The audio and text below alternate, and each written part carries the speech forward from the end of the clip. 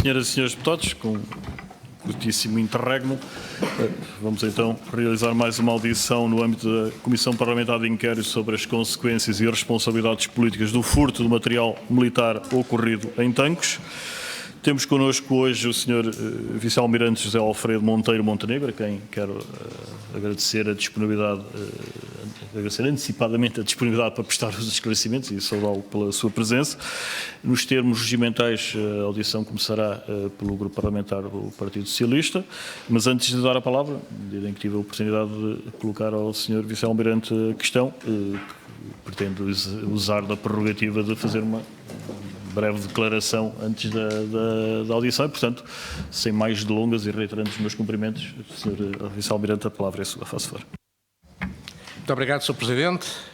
Sr. Presidente, senhoras e senhores deputados, as minhas primeiras palavras são para cumprimentar e saudar todos os senhores deputados e permitam-me aqui um particular, os senhores deputados da Comissão de Defesa, com quem várias vezes estive, e fazer uma pequena declaração que é transmitir-vos para que melhor possam enquadrar as vossas perguntas e para melhor possam compreender e contextualizar, portanto, as minhas respostas, é que relativamente ao caso de Tancos eu apenas tive 3 contactos diretos e que passo a referir.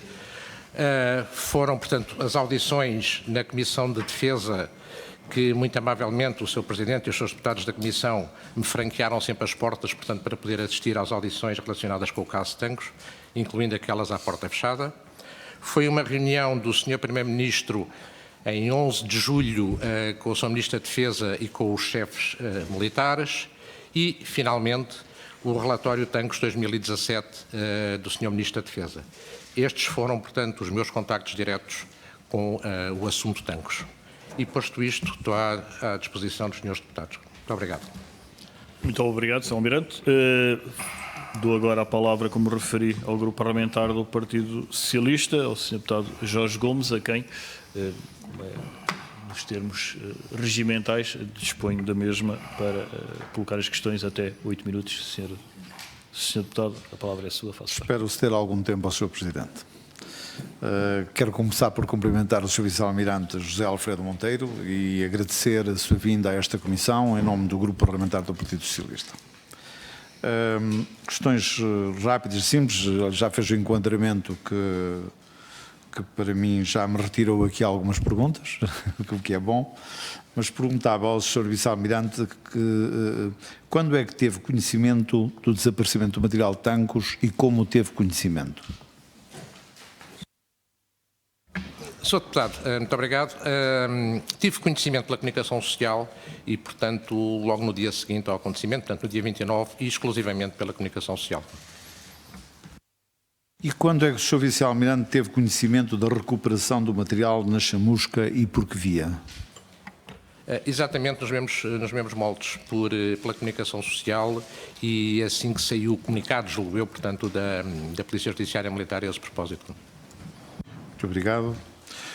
Sr. Vice-Almirante, o Sr. Coronel Luís Vieira, ex-diretor da Polícia Judiciária Militar, disse-nos aqui que o Sr. Vice-Almirante lhe telefonou em maio de 2018 a perguntar o que se passava com o diploma da estrutura orgânica da Polícia Judiciária Militar.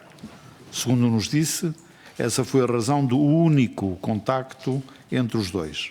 Confirma esta afirmação? Confirmo que terá sido a única. Confesso que não me recordo se foi via telefónica, se foi por mail, mas lembro-me perfeitamente de ter tratado o assunto da Lei Orgânica da Polícia Judiciária Militar, exatamente, portanto, nessa altura, portanto, em maio. Portanto, não me recordo o tipo de contacto, se foi telefonema, se foi mail, mas recordo-me ter tratado o assunto da Lei Orgânica da PJM, isso sim. Muito obrigado. Disse ainda o Sr. Coronel Luís Vieira que o chefe do gabinete do Sr. Ministro da Defesa, Tenente-General Martins Pereira, teria recebido ordens para fazer chegar um memorando elaborado em agosto de 2017 pelo Sr. Diretor da PJM, que dava conta do descontentamento do Sr. Diretor da PJM relativamente à decisão da Procuradoria-Geral da República e o facto da PJM não ter ficado com o inquérito de Tancos. Ora, ficou aqui a ideia de que isto teria acontecido assim.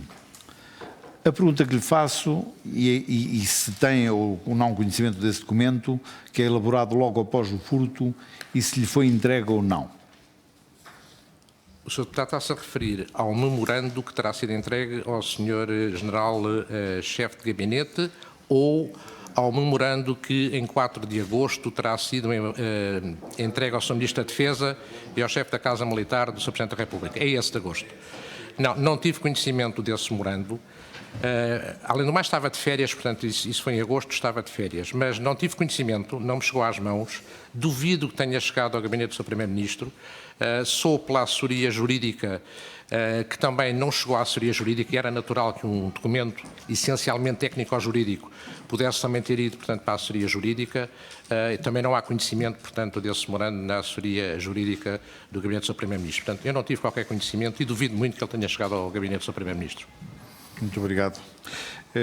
Perguntava se no período em que exerceu as funções como assessor do Sr. Primeiro-Ministro, se teve conhecimento de queixas relativamente à atuação da Polícia Judiciária Militar ou da Polícia Judiciária relativas à investigação.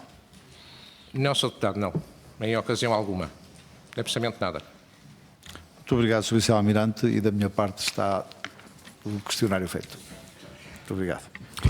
Sr. Deputado Jorge Gomes, exatamente, registro a forma célere, porém assertiva, com que colocou as questões.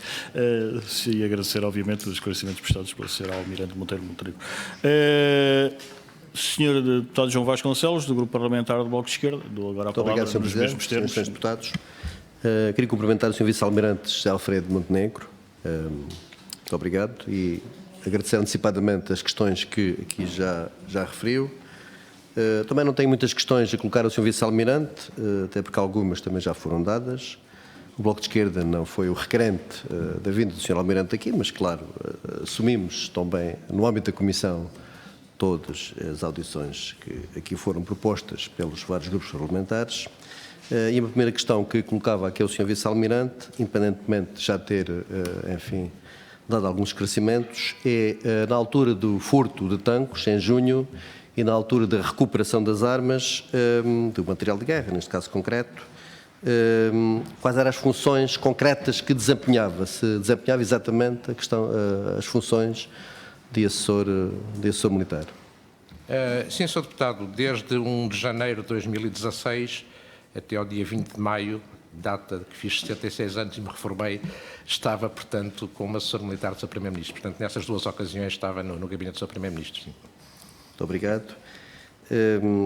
Antes do assalto, alguma vez ouviu falar do estado de degradação, em algumas conversas que teve, em que se encontravam os paióis nacionais de tanques? Não, Sr. Deputado, nunca. Muito obrigado. Alguma vez o Sr. Primeiro-Ministro falou com o Sr. Vice-Almirante sobre o furto de tanques, e nomeadamente na questão da recuperação do armamento militar? Não, Sr. Deputado, nunca tive qualquer conversa a propósito de tanques com o Sr. Primeiro-Ministro, portanto, não, isso nunca aconteceu. Nem quando veio a público a questão do memorando, a questão da operação Ubris, isso, embora seja uma fase posterior, também nunca falou com o Sr. Primeiro-Ministro sobre esses acontecimentos? Não, Sr. Deputado, enfim, eu presumo que o Sr. Primeiro-Ministro estivesse confortável com a informação, portanto, que teria. Há que dizer que o primeiro informador, conselheiro do Sr. Primeiro-Ministro em matéria, portanto, de defesa e de Forças Armadas é o Sr. Ministro da Defesa. Não seria expectável, e estando, portanto, o processo em segredo de justiça, não seria de todo expectável que eu pudesse ter alguma informação privilegiada, pudesse acrescentar algo, portanto, para informar o Sr. Primeiro-Ministro. Portanto, não foi necessário, portanto, qualquer contacto nesse sentido. Por outro lado, eu próprio também procurei ter o cuidado de não andar, portanto, por outras vias a fazer perguntas, não só porque para já punha o interlocutor de perguntas de um assunto que estava em segredo de justiça numa situação que eu não gostaria, portanto, de colocar. E, por outro lado, se andasse por aí a procurar saber coisas, a fazer perguntas, isso poderia ser, portanto, interpretado como eu estando a agir sob orientação, portanto, do Sr. Primeiro-Ministro, o que seria, portanto, completamente errado, porque nunca o Sr. Primeiro-Ministro me deu qualquer orientação nesse sentido. Portanto, eu próprio também me reservei no sentido de não andar a fazer por aí perguntas a propósito do caso de Tancos. Muito obrigado. Muito obrigado. Alguma vez teve a percepção de haver alguma competição entre a Polícia Judiciária Civil e a Polícia Judiciária Militar? Não, Sr. Deputado, para além daquilo que vinha na comunicação social e que era latente um aparente mal-estar, mas é só a informação da comunicação social em termos objetivos, formais e com pessoas dessas entidades, nunca tive esse conhecimento. Muito obrigado. E, finalmente, uma última pergunta, e agradecendo desde já as respostas que aqui deu. No seu entendimento, considera que terá existido alguma encenação com a recuperação do material de guerra ou que ter-se tratado apenas da recuperação do material efetivo?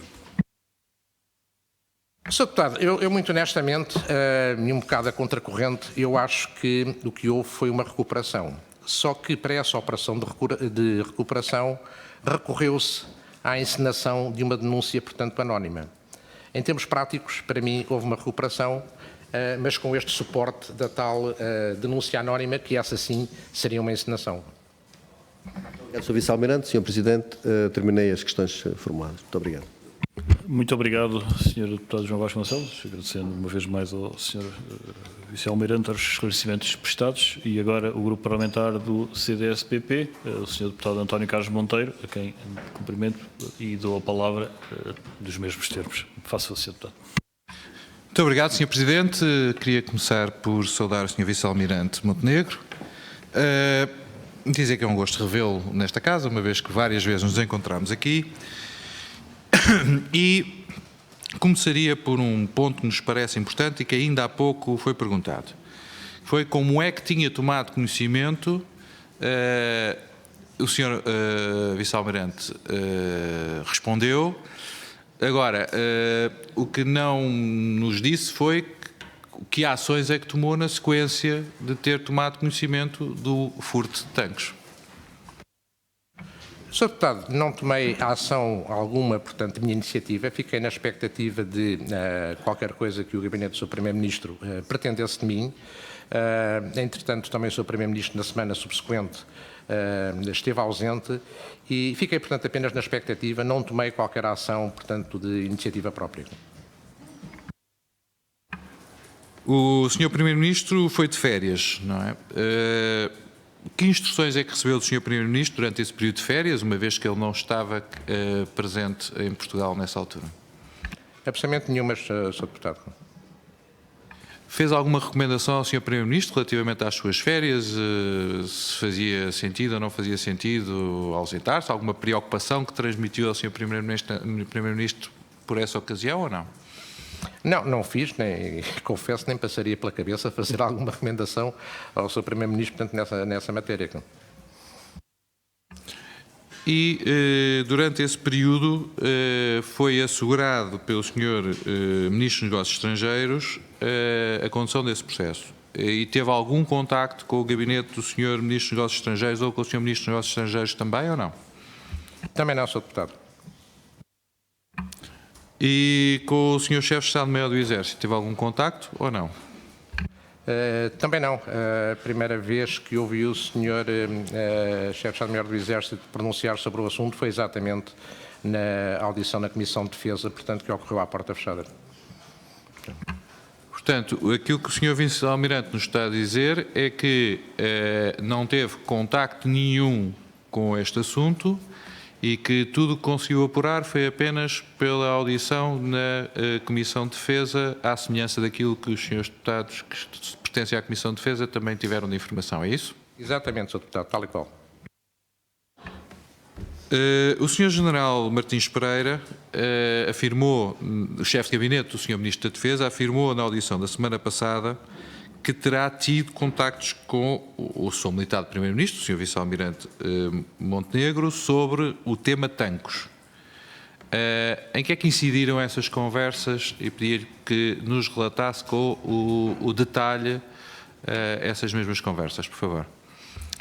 Sr. Deputado, eu se bem me recordo do que disse o Sr. General Martins Pereira, conversas que eventualmente tínhamos tido terão sido conversas absolutamente informais, de circunstância, quando nos cruzávamos em cerimónias, mas nunca, objetivamente, eu lhe liguei ou ele me ligou a propósito de qualquer esclarecimento relacionado com o assunto de Tancos. Agora, admito, tal como ele também admitiu, que em encontros, portanto, que tivemos, não marcados com esse propósito, que pudéssemos ter abordado, em termos genéricos, portanto, a questão de Tancos. E muito obrigado por essa resposta, Sr. Vice-Almirante. E qual era o conteúdo, então, dessas conversas? Sr. Deputado, eu confesso que não me recordo, dada a informalidade, portanto, das conversas, portanto, que terão havido, mas admito, portanto, sem ter qualquer certeza, que pudéssemos conversar sobre o impacto negativo que o caso de Tancos estaria a ter sobre o Exército e sobre as Forças Armadas, portanto, em geral. Portanto, admito que só neste âmbito e nunca, de forma alguma, com algo que tivesse a ver com o processo, portanto, de investigação. Sr. Vice-Almirante, a pergunta também não era sobre o processo de investigação, era sobre o enquadramento em geral relativamente à questão de Tancos. Diga-me o seguinte, o Sr. Vice-Almirante teve conhecimento daquilo que foram as diligências realizadas, nomeadamente pela UCAT, as reuniões que houve da UCAT, teve algum tipo de acesso à informação que foi sendo prestada ao Sr. Primeiro-Ministro? Serviu de interlocutor em alguma dessas, do resultado de alguma dessas reuniões ou não teve nenhuma participação nessas reuniões? Não, como não faço parte, portanto, da UCAT, como bem sabe o Sr. Deputado, e os resultados dessa reunião que houve da UCAT, portanto, nunca me chegaram, uma vez mais, só através da comunicação social. Eu reitero aquilo que comecei por dizer no princípio, aquela curta declaração, foram apenas aquelas 3 ocasiões que referi, os meus únicos contactos diretos e formais com o caso de Tancos. Mas sabe se chegou a alguém essa informação, se foi sendo acompanhada por outro membro do gabinete do Sr. Primeiro-Ministro, que não o Sr. Vice-Almirante? Sabe-nos dar essa informação ou não? Não tenho esse conhecimento, não. E em relação a uma reunião que já nos disse que esteve presente, foi a reunião de 11 de julho. Pode-nos relatar o que sucedeu nessa mesma reunião? Sr. Deputado, o objetivo da reunião foi o Sr. Primeiro-Ministro tomar contacto em direto com os chefes militares sobre as condições de segurança de cada um, portanto, dos ramos e sobre as medidas que eventualmente poderiam vir a ser tomadas no sentido de salvaguardar, portanto, o material, portanto, militar. Obviamente que na reunião o chefe de Estado-Maior do Exército fez, portanto, um curto relato sobre os acontecimentos, enfim, que eram ainda muito recentes, mas o objetivo, portanto, foi essencialmente esse, de saber o estado de segurança, portanto, do material militar nos restantes ramos.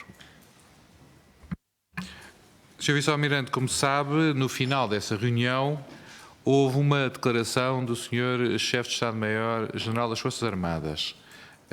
Como foi preparada essa declaração? Pode-nos relatar? Sr. Deputado, não houve qualquer preparação nesse sentido. Houve a reunião, portanto, convocada pelo Sr. Primeiro-Ministro. Havia jornalistas, portanto, a aguardar, portanto, o final da reunião e, portanto, pareceu perfeitamente natural que, no final da reunião, que o Sr. Primeiro-Ministro ou o Sr. Ministro da Defesa produzissem umas declarações e, bem assim, o Sr. General Senfa, uma vez que ele era o mais antigo dos militares, portanto, presentes, e faria todo o sentido que fosse ele a responder, portanto, e a fazer uma declaração, portanto, aos jornalistas. Mas recorda-se com certeza de que o impacto, essencialmente, das declarações do Sr. General Senfa foi sobre a questão da operacionalidade ou não daquele material que havia sido furtado. E recorda-se do impacto que isso teve na comunicação social. Achou esse ponto foi focado na reunião ou não? É difícil, portanto, precisar se foi ou não. Admito perfeitamente, sim, que tenha sido.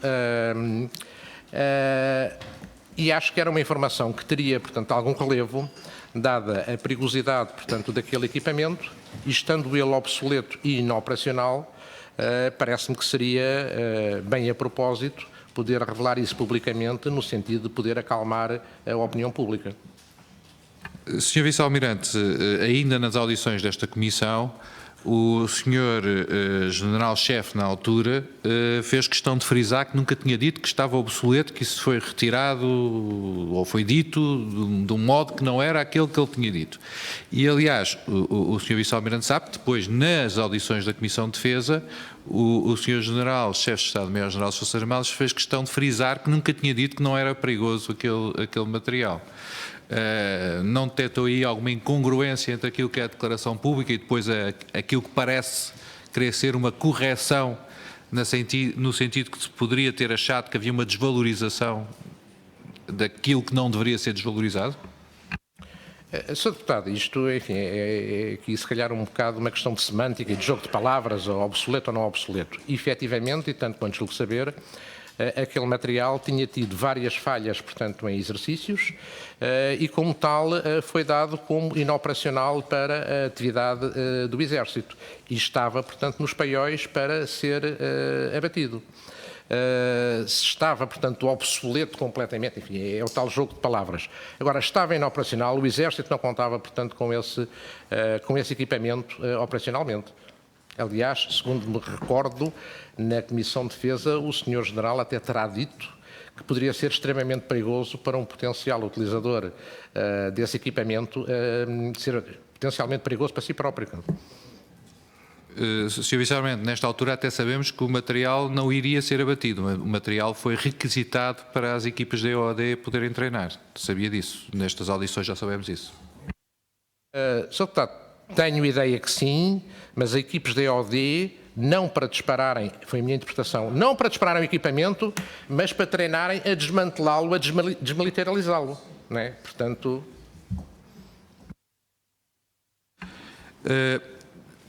Mudando de aspecto em termos de inquirição, Sr. Vice-Almirante, como é que tomou conhecimento do achamento das armas no dia 18 de outubro de 2017? Igualmente pela comunicação social, Sr. Deputado. Referiu há pouco o conhecimento via comunicado da Polícia Judiciária Militar. Teve conhecimento de como foi elaborado esse comunicado? Não, não tive. Apenas tive conhecimento até do conteúdo do próprio comunicado pelo relatório Tancos 2017 do Sr. Ministro da Defesa, porque anteriormente até nem tinha conhecimento objetivo do conteúdo do comunicado. Não faço ideia, portanto, como é que foi redigido. Mas teve conhecimento daquilo que já nos foi relatado aqui na Comissão de Inquérito. O Sr. Diretor da Polícia Judiciária Militar diz que recebeu instruções do gabinete do Sr. Ministro da Defesa para, aliás, instruções do Sr. Ministro da Defesa para elaborarem o comunicado em colaboração com o seu gabinete. Tinha notícia, tinha informação disto ter sido ser feito assim? Não tinha, Sr. Deputado, mas também confesso que me parece algo normal perante a recuperação das armas que o Sr. Ministro da Defesa dissesse, portanto, ao Diretor da Polícia Judiciária Militar para fazer um comunicado para informar, portanto, a população. Presumo eu que a assistência técnica, a assistência do gabinete seria meramente técnica com o assessor, portanto, de imprensa, só isso. Sr. Vice-Almirante, mas estamos a falar de um processo em segredo de justiça que tem a direção da investigação pelo Ministério Público e em que a Polícia Judiciária Militar está na dependência funcional do Ministério Público e não do Ministro da Defesa. E, portanto, assim sendo, não lhe pareceu estranho esse comunicado que sabemos hoje que foi feito à revelia do Ministério Público? Sr. Deputado, tal como põe as coisas, poderá parecer estranho, mas na altura não pareceu efetivamente nada estranho. Foi recuperado o material, o país vivia em algum sobressalto com esta questão de tanques e julgo que era de toda a importância que, tão cedo quanto possível, se pudesse informar o público de que o material, portanto, tinha sido recuperado. Se deveria ter sido feito através, portanto, do Ministério Público, pois diria que sim, portanto, o processo estava, portanto, no Ministério Público, diria que sim, mas, enfim, foi entendido de outra forma. Vou-lhe também colocar mais uma questão, que é a seguinte: e em relação à conferência de imprensa do Sr. Chefe de Estado-Maior do Exército, em que anunciou a recuperação de material e inclusivamente que havia uma caixa a mais, quando é que tomou conhecimento dessa conferência de imprensa? Eu julgo que em direto, portanto, na televisão. E não estranhou que tivesse um chefe militar, em relação a um processo em segredo de justiça, a informar que tinha sido recuperada uma caixa a mais relativamente ao material que havia sido furtado? Perante as circunstâncias, eu diria que não, que se nós levarmos, portanto, com todo o rigor a questão, portanto, do segredo de justiça, talvez, agora pareceu-me que, aliás, eu julgo que até já teria sido abordado que nem todo o material, abordado na comunicação social, teria, portanto, sido recuperado e que já na comunicação social, portanto, isso circulava. E se o Sr. General-Chefe de Estado-Maior, portanto, do Exército o fez, porventura até o fez bem para evitar mais especulações, porque se falaria em mais material, enfim, ele procurou minimizar o impacto do aparecimento de material que poderia aparentar ser muito, quando afinal, e tal como ele o referiu, era uma caixinha, né? Foi a expressão utilizada pelo Sr. General. Julgo que poderá ter sido pertinente a informação para evitar, portanto, especulações sobre material a mais aparecido. Mas, Sr. Vice-Almirante, a verdade é que o Sr. Primeiro-Ministro, no dia 22 de outubro de 2017, fez uma declaração ao país a dizer que, por ação da PJM, já foi recuperado todo o material que tinha desaparecido. E ainda agora o Sr. Vice-Almirante nos disse que, pela comunicação social, sabia que o material não tinha sido todo recuperado. O que é que permitiu ao Sr. Primeiro-Ministro fazer esta declaração, que sabemos que não corresponde à verdade? Efetivamente não sei responder. Agora, lendo o comunicado, portanto, que foi feito pela Polícia Judiciária e Militar, o comunicado não é nada claro, antes pelo contrário, até induz à percepção de que todo o material tinha sido recuperado. Tal como está redigido, assim me parece. Não sei se foi com base na informação, no comunicado, portanto, da PJM que o Sr. Primeiro-Ministro fez essa declaração, mas, e o Sr. Deputado julgo que já reconheceu isso aqui até nesta comissão, portanto, de inquérito, ou foi numa comissão de defesa, já não me recordo, mas a maneira como o comunicado está redigida é dúbia e permite facilmente a interpretação de que teria sido todo o material. Sabemos nós hoje que esse comunicado foi feito com o gabinete do Sr. Ministro da Defesa. Não acha que aquilo que nós assistimos foi uma tentativa de encerrar o assunto de tanques o mais depressa possível e que isso levou a que o comunicado tivesse sido feito nestes termos para permitir essa declaração do Sr. Primeiro-Ministro? Eu diria que não, Sr. Deputado, porque se todo o material não apareceu, se não fosse naquele dia, seria nos dias subsequentes, portanto, que isso viria, portanto, a saber. E seria um erro de palmatória, em minha opinião, se propositadamente se pretendesse, portanto, iludir a opinião pública através do comunicado. Portanto, eu julgo que foi mais uma questão de redação do que outra coisa. Sr. Vice-Almirante, teve conhecimento das notícias, aliás, que saíram publicadas, de que a Polícia Judiciária tinha sido barrada à porta de Santa Margarida e que não a tinha deixado entrar no momento em que foi recuperado este material? Tive sim, já não sei em que momento, mas sim. E o que é que pensou nessa altura e se tomou alguma diligência? Não me competia de forma alguma tomar qualquer diligência, portanto, nessa matéria. Julgo que foi seguido o procedimento que vigora, portanto, no Exército e nas Forças Armadas, portanto, em geral, de acesso a unidades militares só com um mandado judicial. Terão levado, portanto, os meus camaradas do Exército a rigor, portanto, este preceito. São essas as normas, portanto, que vigoram, portanto, no Exército.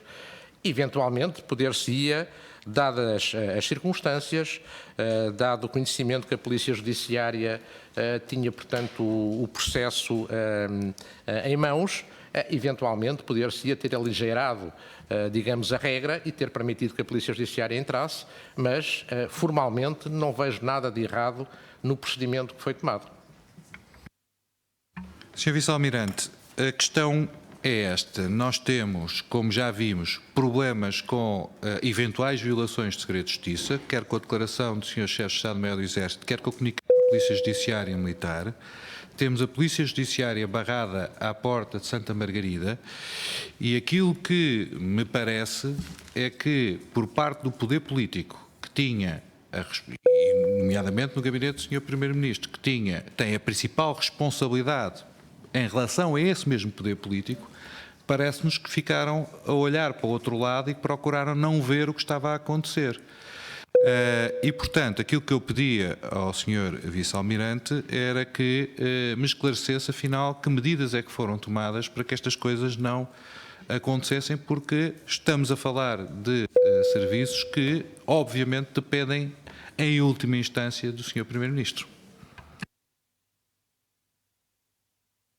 Sr. Deputado, a questão do segredo de justiça, e que o próprio Sr. Deputado aqui disse que eventualmente, portanto, o segredo de justiça teria sido violado.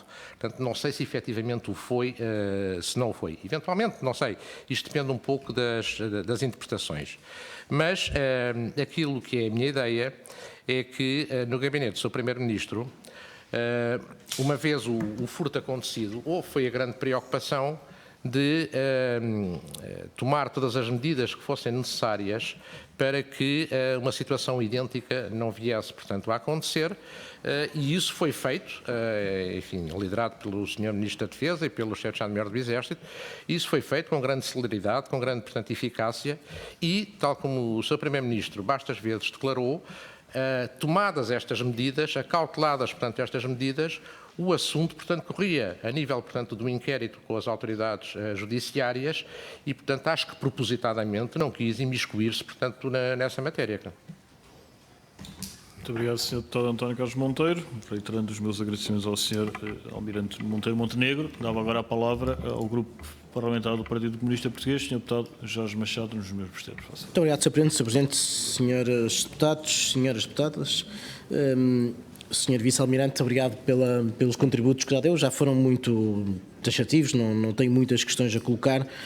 Efetivamente, o seu nome só vem referido a propósito de uma chamada do Diretor Nacional da PJM, já está clarificado que era a propósito do Estatuto da PJM, nada diz respeito a esta Comissão Parlamentar de Inquérito, e refere a reunião do dia 11. Eu, relativamente à reunião do dia 11, para que fique claro, é feita uma declaração da inoperabilidade dos sistemas que foram furtados. Isso não significa uma leitura de pouco da perigosidade dos mesmos. Isto é, pergunto-lhe, porque parece-me óbvio que quem faz uma declaração quanto à não operacionalidade dos meios que foram furtados tem um objetivo claro de desvalorizar no mercado de aquisições aquilo que foi furtado. E se há uma declaração de que o que foi furtado é inoperacional, quem quiser vender terá dificuldades em vender. Pergunto se isso foi tido em consideração, isso foi uma estratégia, e se isso de alguma forma retira a avaliação feita com quem lidou quanto à perigosidade dos materiais furtados, utilizados de uma forma diferente do ponto de vista dos atentados ou de outra utilização criminosa que pudesse ser feita. E, portanto, era a única pergunta que queria colocar. E muito obrigado, Sr. Presidente. Sr. Deputado, Nunca tinha ouvido essa possibilidade, mas acho que é interessante a declaração poder ter sido preferida. Não foi isso, não foi abordado, portanto, na reunião, mas a desvalorização, portanto, dos LOA, é disso que estamos a falar, poder ter como objetivo dificultar uma eventual venda, portanto, de material. Nunca tinha ouvido essa possibilidade, mas, enfim, faz algum sentido, mas não foi discutido, portanto, na reunião. Na reunião foi apenas, portanto, aflorada que a inoperacionalidade tinha a ver apenas com o uso, portanto, seria muito difícil, portanto, poder utilizar, fosse por que mãos fosse, portanto, aquele material, uma vez que até podia ser perigoso, portanto, para o próprio utilizador. Portanto, foi apenas nesse sentido. Muito obrigado. Tendo em conta que o Sr. Deputado do PCP não tem mais questões a colocar, desde já agradecer as questões formuladas e passaríamos agora ao Sr. Deputado Matos Rosa, do Grupo Parlamentar do PSD. Faz favor, Sr. Deputado. Muito obrigado, Sr. Presidente. Eu começava por cumprimentar o Sr. Vice-Almirante Monteiro Montenegro, em nome da bancada do PSD, e agradecer a sua presença aqui na Comissão, para, no fundo, nos ajudar também aqui no esclarecimento de várias matérias ligadas ao desaparecimento das armas de tanques. O Sr. Vice-Almirante passou a situação de reserva em 20 de maio de 2014. Sim, exatamente. 62 anos passei à situação de reserva, sim, certo. Mas, no entanto, permaneceu na efetividade do serviço como Inspetor-Geral da Marinha. Exatamente. O que é que faz um Inspetor-Geral da Marinha? Quais são as competências? Sr. Deputado, o Inspetor-Geral da Marinha é o principal, portanto, conselheiro do chefe de Estado-Maior da Armada para que ele possa aferir o estado de prontidão, de operacionalidade, de coesão, de cumprimento das regras que estão na Marinha. E, portanto, fazem-se inspeções rotineiras, fazem-se inspeções, portanto, extraordinárias. O seu principal objetivo é ajudar, portanto, o Almirante Sema na sua ação de comando. Terminou essas funções em 1 de 1 de 2016, quando foi, em 31 de 12 de 2015, quando no dia 1 de 1 de 2016 foi para assessor do Sr. Primeiro-Ministro António Costa, até 20 de 5 de 2018. E quais eram as suas funções como assessor do Sr. Primeiro-Ministro? As funções de qualquer assessor, julgo eu, é estar pronto para que, quando o chefe dele necessita, lhe possa, portanto, corresponder ou imediatamente, se estiver, portanto, por dentro do assunto, ou, por outras vias, procurar a informação necessária a satisfazer, portanto, a necessidade do seu chefe. Neste caso, o seu Primeiro-Ministro. Aquilo que eu fazia rotineiramente era, portanto, análise, portanto, de relatórios provenientes do Ministério, portanto, da Defesa, os relatórios, portanto, do CIED, outros relatórios, portanto, de alguns organismos das Forças Armadas, nomeadamente, portanto, do IASFA, o acompanhamento próximo das Forças Nacionais Destacadas, o planeamento, a preparação e o acompanhamento das visitas do Sr. Primeiro-Ministro às Forças Armadas, a preparação do Conselho Superior de Defesa Nacional, a análise, portanto, de documentos da União Europeia e da NATO relativamente a matérias de defesa e matérias militares, leis orgânicas, portanto, dos organismos, portanto, pertencentes à defesa, situação do Arsenal do Alfeite, por exemplo, o aeroporto de Montijo, enfim, etc, etc. Pelo que acabou de relatar, dentro das suas competências, tinha acesso a uma série de informação privilegiada. Tinha acesso a alguma informação que não circulava publicamente, mas também não era informação confidencial, exceção feita, portanto, aos relatórios do CIED. Tinha acesso a relatórios da Polícia Judiciária Militar, nem do Serviço de Informação Militar?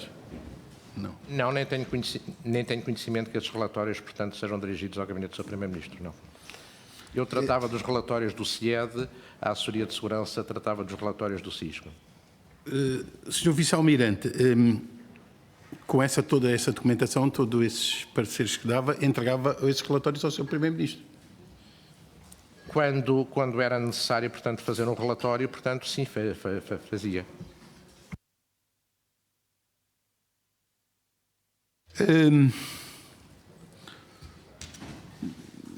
Já disse que soube do furto do material de tanques, mesmo tendo essa informação toda e tendo acesso aos próprios chefias militares, pela comunicação social.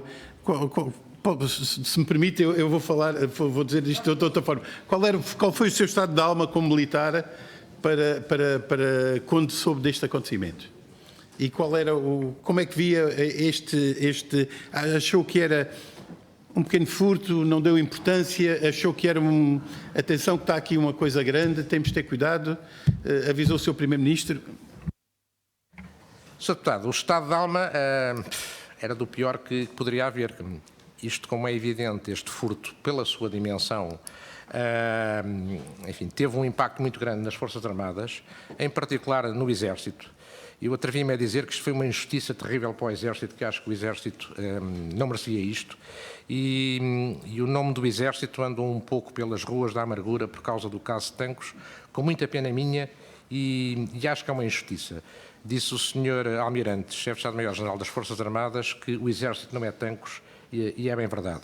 Portanto, foi como militar, não tanto como militar da Marinha, mas como militar, portanto, em geral, isto foi, portanto, um choque para mim, enfim, toda a gente, qualquer cidadão português, mas por maioria de razão, portanto, os militares, mas qualquer cidadão português ficou afetadíssimo por isto, porque a imagem do país, externamente, também foi, portanto, naturalmente abalada. Portanto, foi um choque muito grande e fiquei, portanto, para responder à pergunta do Sr. Deputado, fiquei um pouco na expectativa de qualquer demarche, qualquer orientação que o Sr. Primeiro-Ministro pretendesse da minha parte, mas que não ocorreu.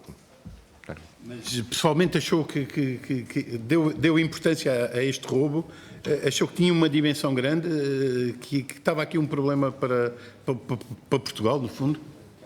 Portanto, seguramente, enfim, a dimensão, portanto, do roubo, a perigosidade do material, portanto, roubado, é evidente que sim. Não sei, ainda hoje não sei quais é que seriam, portanto, os destinos, portanto, desse material, se ia para o tráfico internacional de armas, se era para ser usado pela criminalidade organizada, portanto, internamente. Agora, seguramente, fiquei bastante preocupado. Enfim, não imito a opinião de que a segurança nacional tivesse ficado posta em causa. Agora, o facto de haver armamento à solta, digamos assim, portanto, nas ruas, aumenta a perigosidade de qualquer cidadão e, portanto, como cidadão também fiquei preocupado, com certeza. Fez algum relatório sobre isto com este seu estado de alma para o seu Primeiro-Ministro? Não, Sr. Deputado, eu não fazia relatório de estado de alma ao Sr. Primeiro-Ministro. Aquilo que fazia eram objetivos. Da forma como viu e apreciou e achava que tínhamos aqui um problema grande, portanto, seria natural, se eu fosse assessor, quero lhe dizer, fazia um relatório, que é normal, é como faz os relatórios quando recebe um documento, quando recebeu, de certeza, a lei orgânica da PJM, também fez um relatório para o seu Primeiro-Ministro para ele saber o que é que se passava.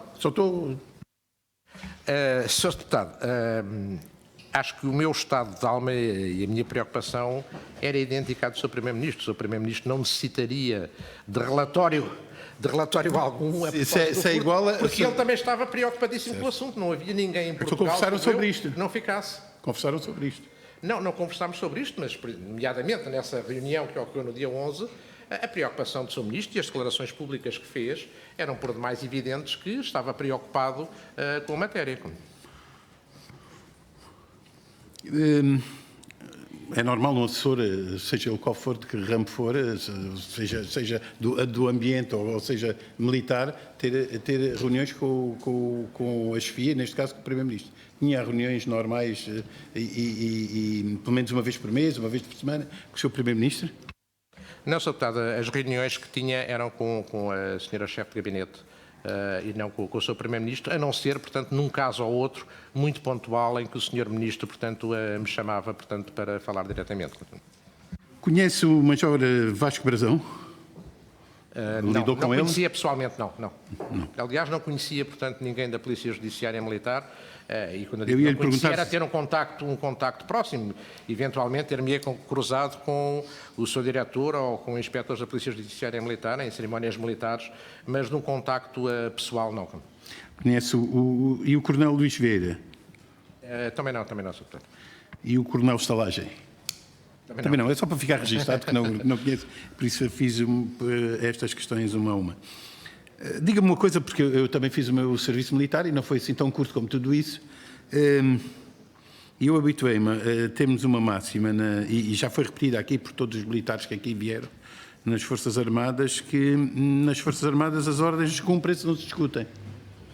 Não acha estranho haver uma ordem da PGR que não foi cumprida pela Polícia Judiciária Militar? É uma coisa que eu não compreendo, como é que o militar, que tendo estes princípios, que são o do cumprimento, a chefia militar tem mais informação que nós, por isso nos está a dar esta orientação, esta ordem, e portanto nunca se discute as ordens. Aqui não foi discutido sequer, não cumpriram. Portanto, fizeram tudo por princípio, por aquilo que nos tem sido dado a conhecer aqui nesta comissão. Houve uma investigação paralela à Polícia Judiciária, quando a Polícia Judiciária tinha, no fundo, a competência para fazer essa investigação. Sr. Deputado, faz parte do mundo militar o cumprimento de ordens, naturalmente, quer dizer, isso é evidente. Enfim, a decisão da Sra. Procuradora-Geral da República de entregar o processo, portanto, à Polícia Judiciária, enfim, não é como aquelas ordens diretas que no dia-a-dia militar o superior hierárquico, portanto, dá ao subordinado, mas não deixa, portanto, de ser uma orientação, se quiser até uma ordem, portanto, de cumprimento obrigatório. Mas, enfim, esse não cumprimento cabe a responsabilidade a quem, portanto, não cumpriu.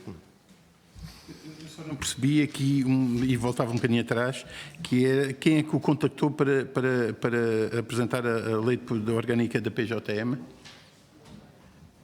Sr. Deputado, o Sr. Coronel Luís Vieira diz que eu lhe telefonei a esse propósito. Confesso que não me recordo, mas admito perfeitamente, mas não me recordo. Estou mais inclinado a que tivéssemos contactado, portanto, via mail. Agora, confirmei, sim, eu tive a oportunidade, porque eu já não lembrava disso, mas tive a oportunidade de confirmar, e eu lembro-me de ter tratado o assunto do Estatuto, da Lei Orgânica da Polícia Judiciária Militar, portanto, acho, enfim, perfeitamente plausível que possa ter contactado, ou telefonicamente, ou por e-mail, portanto, com o Sr. Coronel, portanto, Luís Vieira. Já agora, e fazia-lhe uma pergunta já para a segunda parte, que é, já falou sobre isto, qual foi o seu estado de alma, se me permite, mais uma vez, com o achamento? Ficou aliviado? Ficou descansado? Temos o problema resolvido? O que é que achou aí nessa altura? E se diz isto não é... É uma caixa de fruta a mais, falando em caixas, isto não é uma coisa a mais, aparecer assim de repente, sem nada? Sr. Deputado, fiquei muito satisfeito com o aparecimento, portanto, do material, mas bastante satisfeito porque viria pôr praticamente, enfim, é um bocado sugestiva a expressão, mas a principal preocupação, em minha opinião, era efetivamente a recuperação, portanto, do material e, subsequentemente, portanto, obviamente, a persecução dos autores, portanto, do furto. Mas a recuperação do material era um fator absolutamente decisivo. Nenhum português se sentiria, enfim, confortável, como há pouco disse, que andasse, portanto, aí à solta, portanto, material militar e perigoso. Portanto, essa recuperação trouxe, sem dúvida, portanto, algum alívio a todos os portugueses e, em particular, portanto, às Forças Armadas e ao Exército. Portanto, fiquei bastante satisfeito. A forma como apareceu, só posteriormente, enfim, com o desenvolvimento dos acontecimentos, é que vinha a perceber-me que teria sido uma forma, enfim, menos correta, menos lícita, se quiser. Sr. Vice-Almirante, já referiu aqui que não conhecia aquele memorando de 4 de agosto, porque até estava de férias nessa altura, e só depois, mais tarde, pela comunicação social, é que deve ter conhecido também este memorando, não? Nem isso, Sr. Deputado. Eu só tive conhecimento da existência desse memorando a propósito das declarações aqui preferidas, portanto, nesta Comissão. Antes não tinha tido qualquer conhecimento, portanto, dele. Não foi para a comunicação social, foi para aqui para a Comissão. Sim, não me recordo. Aliás, acho que a comunicação social, tanto quanto me é possível recordar, nunca mencionou, portanto, este memorando de 4 de agosto. Portanto, a encenação em si, só nessa altura é que percebeu aqui Não, já tinha percebido antes, mas aqui confirmou e que havia um memorando que contava essa encenação toda. Assim, aquele memorando, eu não sei bem, portanto, qual é que foi o objetivo, portanto, dele. Continuo com a convicção de que foi uma recuperação, mas que se baseou, portanto, numa encenação que era a tal, portanto, denúncia anónima. Porquê é que isto assim foi feito? Não sei se foi para, enfim, conseguir levar até ao fim toda a operação de recuperação fruto de eventuais exigências do informador. Não sei se foi para camuflar, portanto, uma investigação paralela que a PJM pudesse ter feito. Enfim, os seus propósitos não sei, mas percebo um pouco a grande preocupação com a recuperação das armas. O Sr. Coronel Luís Vieira referiu aqui que entendia que era do interesse nacional. Efetivamente, não é ele que compete definir o que é o interesse nacional. Mas acho que o senso comum também diz que era do interesse nacional que as armas, portanto, fossem recuperadas. Também não sei se corresponde à realidade o facto de o Sr. Coronel ter aqui dito que se não tivessem sido recuperadas naquela altura, provavelmente hoje estariam na barragem de Castelo de Bode. Ainda bem que foram recuperadas, porque se elas estivessem no fundo da barragem de Castelo de Bode, continuaríamos aqui a viver durante dias e anos nesta incerteza de onde é que estaria, portanto, o material. Eu tinha aqui mais uma série de perguntas, algumas, a maior parte já relativas à encenação. Portanto, nunca lhe foi transmitida alguma informação sobre o processo de recuperação do material. Não, é só para ficar registado que esta situação. Nem nunca recebeu documento algum sobre este processo todo das armas de tanques? Nenhum, Sr. Deputado. Nem foi entregue no gabinete do Sr. Primeiro-Ministro, assim como ao Sr. Vice-Almirante, peço desculpa ao Sr. Vice-Almirante, não lhe foi entregue nenhum documento, nem nenhum memorando sobre o desaparecimento das armas e o aparecimento, ou qualquer encenação. A mim seguramente não foi entregue. No gabinete do Sr. Primeiro-Ministro, portanto, não posso ter a certeza, porque nem toda a documentação que entra no gabinete do Sr. Primeiro-Ministro, portanto, é depois distribuída aos assessores. Existe aquele princípio da necessidade de conhecer. Presumo eu que um documento sobre esta matéria, que houvesse alguma necessidade de o assessor militar, portanto, dele tomar conhecimento. Como não me chegou, portanto, nada às mãos, é de presumir que não chegou nada também ao gabinete do Sr. Primeiro-Ministro. Só que um esclarecimento que precisava foi em relação à reunião de 11 de julho, no gabinete do Sr. Primeiro-Ministro, com todos os elementos, com os chefes de Estado-Maior. Foi o Sr. Vice-Almirante que sugeriu esta reunião ao Sr. Primeiro-Ministro? Digo eu. Não fui, não. Não, o Sr. Primeiro-Ministro, portanto, tinha estado ausente, tinha chegado, portanto, esta reunião salvo erro foi numa terça-feira e quis, portanto, presumo eu, portanto, inteirar-se pessoalmente e de uma forma direta com os chefes militares sobre o estado de segurança do material, portanto, militar, nos diferentes ramos, e também, bem assim, naturalmente, deu a oportunidade ao chefe de Estado-Maior do Exército de prestar alguns esclarecimentos muito preliminares sobre aquilo, portanto, que tinha acontecido em Tancos. O Sr. Vice-Almirante articulou com uma assessor militar e, dentro das suas competências que me disse ao princípio, articulou esta reunião com a Sra. Chefe de Gabinete, que era com quem falava. E ajudou a preparar a reunião, a convocar as pessoas, a fazer pelo menos um guião da reunião. Estas coisas é normal fazer-se.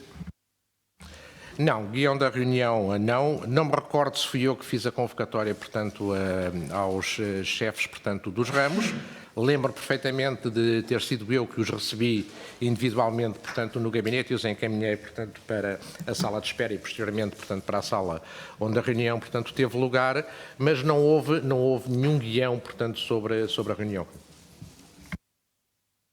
Sr. Vice-Almirante Monteiro Montenegro, quero lhe agradecer as respostas que pelo menos me deu a mim e a que deu aos meus colegas, porque foram importantes para todos nós, e agradecer a sua presença aqui também e dizer-lhe que, para mim, muito obrigado. Sr. Presidente, Muito obrigado, termino Sr. aqui. Deputado. Significa que já não há segunda volta de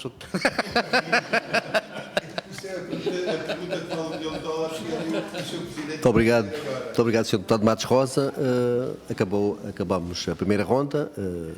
Ao CDS, do PC, do Bloco de Esquerda também não, PC também não. Teremos do CDS, iremos para a segunda ronda. Sr. Deputado António Carlos Monteiro, faz favor. Muito obrigado, Sr. Presidente. Sr. Vice-Almirante, voltando aqui a um ponto que eu acho que carece de ter alguns esclarecimentos. Como assessor militar do Sr. Primeiro-Ministro, cabia ao Sr. Vice-Almirante dar apoio especializado e conselho ao Primeiro-Ministro sobre as matérias relacionadas com as Forças Armadas. É assim, não é? Ora, tendo ocorrido o assalto a Tancos, aquilo que parece resultar desta audição é que o Sr. Vice-Almirante não falou com o Primeiro-Ministro sobre este assunto, o Sr. Primeiro-Ministro não falou consigo sobre este assunto, não lhe deu, o Sr. Vice-Almirante não deu qualquer conselho ao Sr. Primeiro-Ministro sobre este assunto, não lhe foi solicitado qualquer conselho e o Sr. Vice-Almirante também não recebeu qualquer instrução por parte do Sr. Primeiro-Ministro sobre este mesmo assunto. Nem sobre a questão da UCAT, nem sobre a questão daquilo que são matérias que foram analisadas por outros serviços que dependem do Sr. Primeiro-Ministro. O Sr. Vice-Almirante teve qualquer contacto. Teve apenas conversas informais com o chefe de gabinete do Ministro da Defesa Nacional sobre este assunto. Sr. Vice-Almirante, não lhe parece que quer o assessor militar, o Sr. Vice-Almirante, quer o gabinete do Sr. Primeiro-Ministro, quer o Sr. Primeiro-Ministro parecem estranhamente desligados de um assunto que o Sr. Vice-Almirante qualifica como extremamente grave? E este parece-nos muito estranho. Depois, em relação à questão do achamento das armas, temos a Polícia Judiciária barrada à porta em Santa Margarida. Temos, como sabemos hoje, a Polícia Judiciária Militar a fazer uma investigação paralela à revelia do Ministério Público, de quem depende funcionalmente em matéria de investigação, a contactar o poder político depois do achamento e a fazer um comunicado com o Ministro da Defesa Nacional à revelia do Ministério Público. O chefe de Estado-Maior do Exército a dizer que foi recuperada uma caixa a mais uma vez à revelia do Ministério Público e numa matéria em que há segredo de justiça. O Sr. Primeiro-Ministro a comunicar ao país que foi recuperado todo o material que havia sido furtado, sabendo nós que isso também não corresponde à verdade. E tudo isto foi feito, mais uma vez, sem que o assessor militar, o gabinete do Primeiro-Ministro ou o próprio Primeiro-Ministro se preocupassem com tudo isto que estava a acontecer no país. Sr. Vice-Almirante, tudo isto parece tudo muito estranho, muito desligado, face a um assunto desta gravidade. E, portanto, a pergunta é, então, afinal, que funções é que foram desempenhadas pelo assessor militar do Primeiro-Ministro, uma vez que parece que ou foi mantido à margem, ou decidiu manter-se à margem, e, de algum modo, parece até que, estranhamente, também se procurou, e é a única conclusão que se pode retirar disto, é que também é possível que aquilo que esteja em cima da mesa é uma desvalorização forçada de um tema como este, com a gravidade que este tem. Também foi o gabinete do Sr. Primeiro-Ministro também aderiu, e o Sr. Primeiro-Ministro também aderiu à tese do Sr. Ministro da Defesa Nacional, de que tinha dúvidas que se calhar nem sequer teria havido furto em tanques, que as LOs estavam obsoletas e, portanto, obsoletas não, inoperacionais, é essa a expressão correta, inoperacionais, e, portanto, tudo isto era um assunto que era para enterrar, para varrer para debaixo do tapete, e esta é, no fim desta audição, a questão com que ficamos, que é, afinal, assessor militar, gabinete de Primeiro-Ministro e Primeiro-Ministro no assunto desta gravidade. O que é que estiveram aqui a fazer? O que é que estiveram aqui a fazer? Não é? Um assunto que levou o país todo a ficar preocupado, mas pelos vistos até de férias se vai e não se deixa sequer uma instrução, como foi o Sr. Primeiro-Ministro, não se deixa sequer uma instrução sobre este assunto. E isto, Sr. Vice-Almirante, confesso que é algo que nos deve e que nos deixa a nós muito, muito, muito preocupados. Muito obrigado, Sr. Deputado António Carlos Monteiro. Não havendo mais grupo parlamentar que queira falar nesta ronda, passaria a palavra então ao Sr. Vice-Almirante para responder, se faz favor. Isto foi uma pergunta bem grande. Sr. Deputado, eu parece-me, muito sinceramente, que é uma expressão exagerada dizer que o Sr. Ministro, portanto, não se preocupava, portanto, com o assunto. É, em minha opinião, manifestamente exagerada. Obviamente que sim, que estava preocupado com o assunto.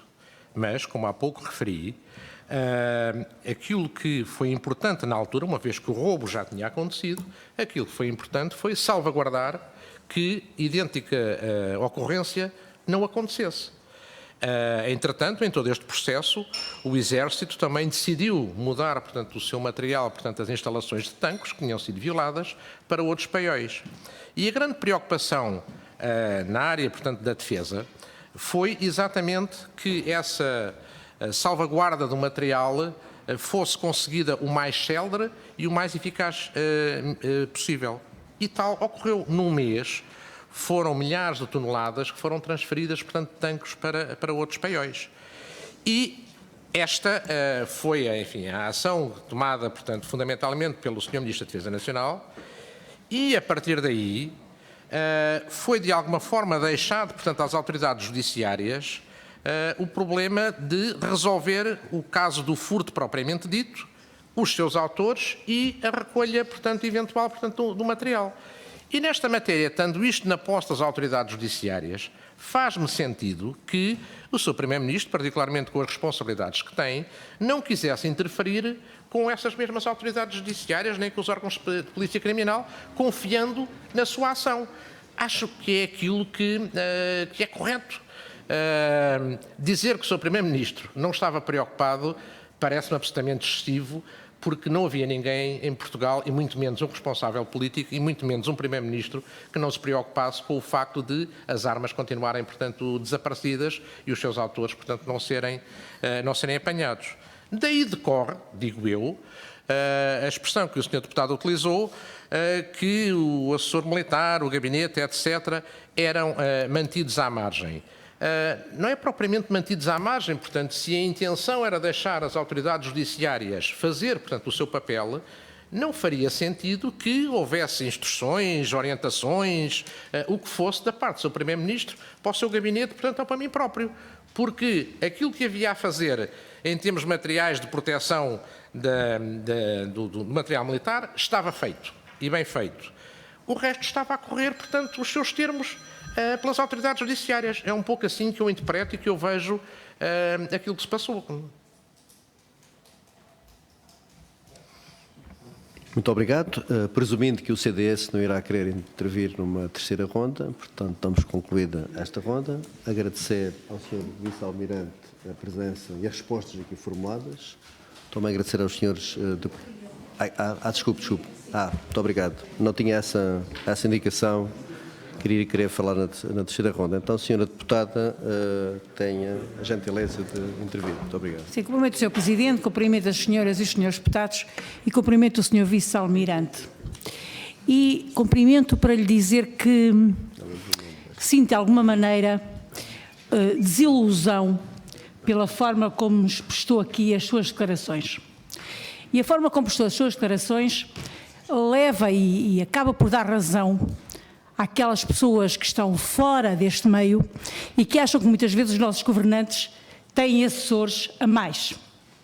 Porque, efetivamente, a conclusão que eu tiro é que o senhor, como assessor, das duas uma, ou de facto o senhor Primeiro-Ministro não o ouvia, ou o senhor não cumpriu o seu papel enquanto assessor. Esta minha declaração é minha, não representa o meu partido, mas de facto é aquilo que eu sinto. O Sr. Primeiro-Ministro nomeou 3 assessores para esta área, contrariamente ao Primeiro-Ministro anterior, que tinha apenas um assessor para esta área.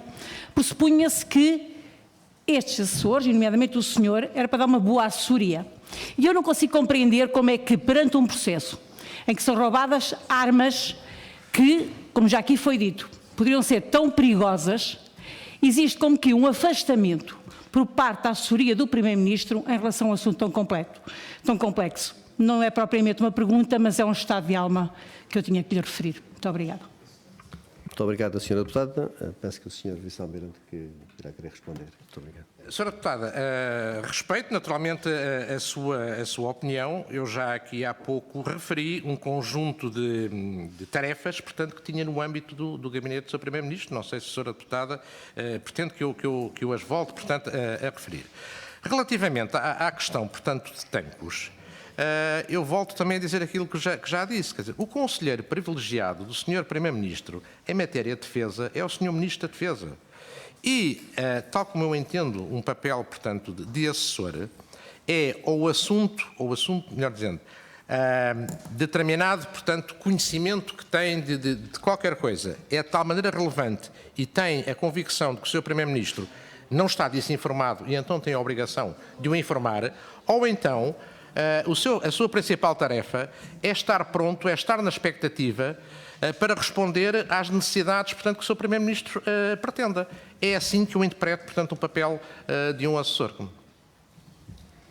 Muito obrigado. Agora sim, parece que chegamos ao fim desta audição, agradecendo ao Sr. Vice-Almirante, portanto, as respostas formuladas e a sua presença aqui, e também agradecendo a presença dos Srs. Deputados, que daria por encerrada esta audição. Muito obrigado.